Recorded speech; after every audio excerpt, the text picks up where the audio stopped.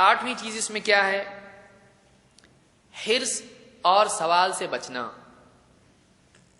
حرص اور سوال کا مطلب مانگنا. حرص کہتے ہیں ایک انسان کی چاہ تو چاہیے، ملا تو بھی تھوڑا اور چاہیے، پھر اور چاہیے. تو حرص خود ایک بیماری ہے. اور حرص خزانے کے ساتھ اگر جمع ہو جائے تو خزانہ بھی خطرہ ہو جاتا ہے. سمندر کے ساتھ اگر حرص مل جائے، ایک آدمی کے پاس سمندر ہے لیکن اس کے پاس حرص ہے تو سمندر بھی کیا لگتا ہے؟ کم. اسی لیے بہت سارے لوگ آپ دیکھیے، چھوٹے سے بزنس تھا، بڑھتے بڑھتے اتنا بڑا ہو گیا، کاش کہ بڑا ہوتا تو میں سکون سے رہتا. ٹھیک ہے، بڑا ہو گیا بزنس، پھر بھی وہی ہے، وہی دوڑ ہے، وہی زندگی. بلکہ پہلے جتنا بزی تھا آپ کیا ہو گیا؟ اس سے زیادہ بزی. کیا سکون چاہیے تھا نا؟ بولے سکون پہلے سے زیادہ آرام ہو گیا، پہلے سے زیادہ تکلیف بڑھ گئی. تو حرص آدمی کی زندگی کو بے چین کر دیتی ہے اور برکت ہٹا دیتی ہے. اور اس کے ساتھ سوال اگر جوڑ دیا جائے، مانگنا، تو پھر تو اور معاملہ برباد ہو جاتا ہے، وہ آخرت کی پکڑ کا بھی سبب بن جاتا ہے. اللہ کے نبی صلی اللہ علیہ وسلم نے ایک صحابی سے کہا، یا حکیم، اے حکیم، ان کا نام ہے حکیم ابن حزام، اے حکیم، ان هذا المال خضرة حلوة، یہ جو مال ہے، یہ مال بڑا ہرا بھرا ہے اور بڑا میٹھا ہے. یہ مال کیسا ہے؟ ہرا بھرا اور میٹھا، یعنی دیکھنے میں ایک دم آنکھیں اٹریکٹ ہو جاتی ہیں اور لذت میں بہت لذیذ ہے.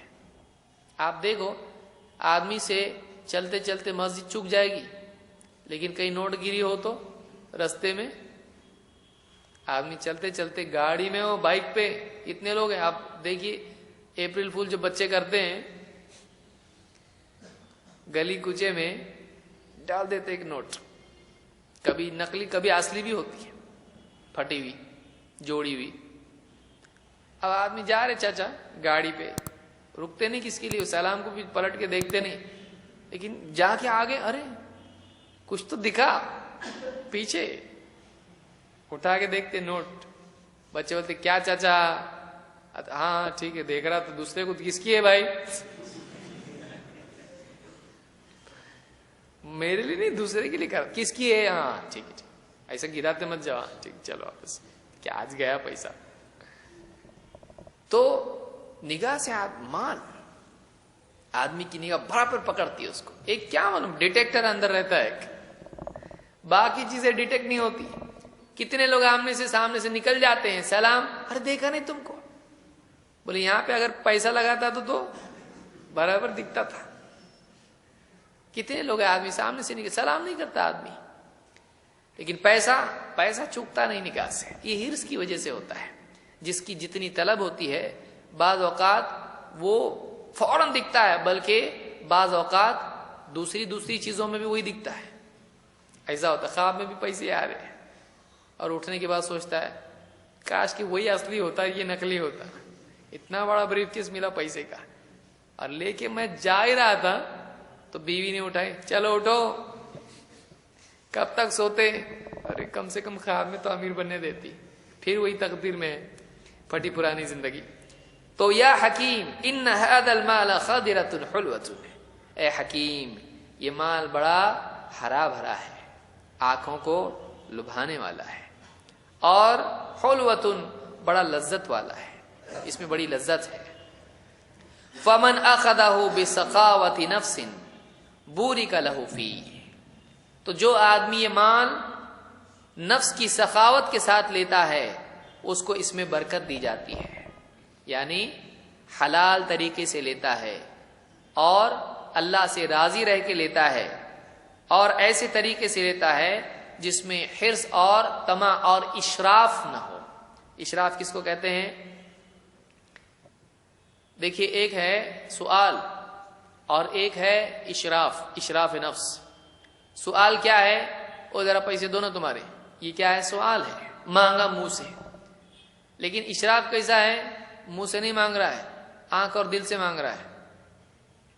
کہ ایک آدمی دل میں یہ مجھ کو دیا تو کتنا اچھا ہوگا.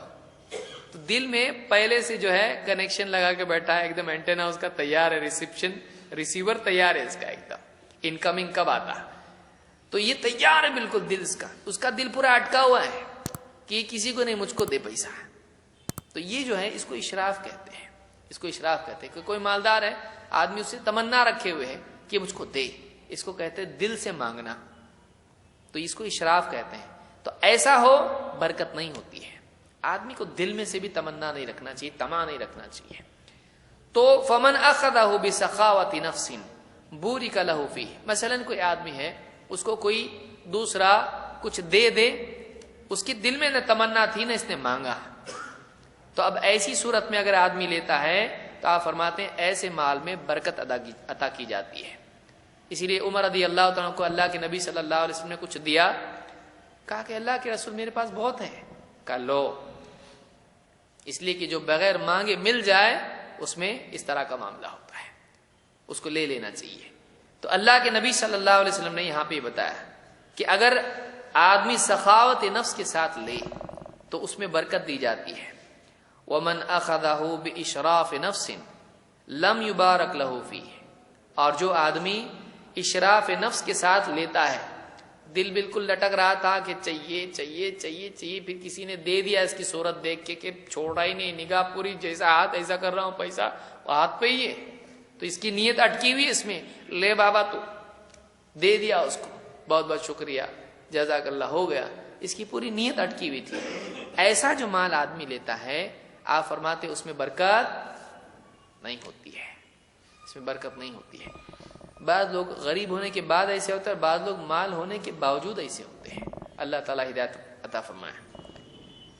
بعض لوگوں کا فقیری کا بزنس ہوتا ہے, یہ ایک نیا بزنس ہے دیکھو. بلکہ آپ درگاہوں کا اگر سروے کریں گے تو آپ کو لگے گا میں بزنس کرتا تو آج یہاں نہیں ہوتا.